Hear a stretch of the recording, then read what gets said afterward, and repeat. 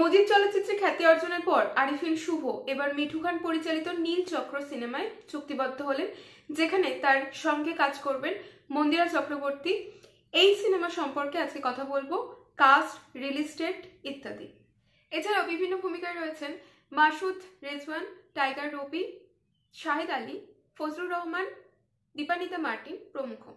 এটা একটি action thriller movie এবং এই মুভির পোস্টার রিলিজ করা হয়েছে। পোস্টারটি সম্পূর্ণ একটি অন্য ধাঁচের পোস্টার এবং এর মধ্যে কোনো কিছু রিভিল করা নেই, যেখানে রক্তের বিভিন্ন পরশের মাধ্যমে বিভিন্ন অবয়ব চরিত্র ফুটিয়ে তোলা হয়েছে, ভূমিকা রাখা হয়েছে, যাদের নেপথ্যে রয়েছে একটি ছায়া এবং তা প্রকট।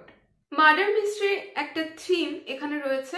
এছাড়াও এই মুভিটা হতে পারে কোনো সাইকো কিলারের, তবে বর্তমান সমাজের সাথে প্রাসঙ্গিক এমন কিছু গল্প এখানে দেখানো হবে এবং অবশ্যই এই চলচ্চিত্রটির প্যাটার্ন অনেক ডার্ক এবং বিভিন্ন গুরুত্বপূর্ণ দিক এখানে ফুটিয়ে তোলা হবে। এই সিনেমার শুটিং শুরু হবে আগামী বছরের জানুয়ারি থেকে এবং পরিচালক প্রায় 7 বছর পর একটি নতুন ছবি নির্মাণ করতে চলেছেন। দেখা যাক মুভিটি কেমন হয়। এই সিনেমার টিজার কিংবা ট্রেলার রিভিউ পেতে অবশ্যই চ্যানেলটি সাবস্ক্রাইব করে রাখবেন এবং বন্ধুদের সাথে শেয়ার করতে ভুলবেন না। ভিডিওটি ভালো লেগে থাকলে অবশ্যই লাইক করে যাবেন। দেখা হচ্ছে পরের ভিডিওতে। অসংখ্য ধন্যবাদ, ভালো থাকুন।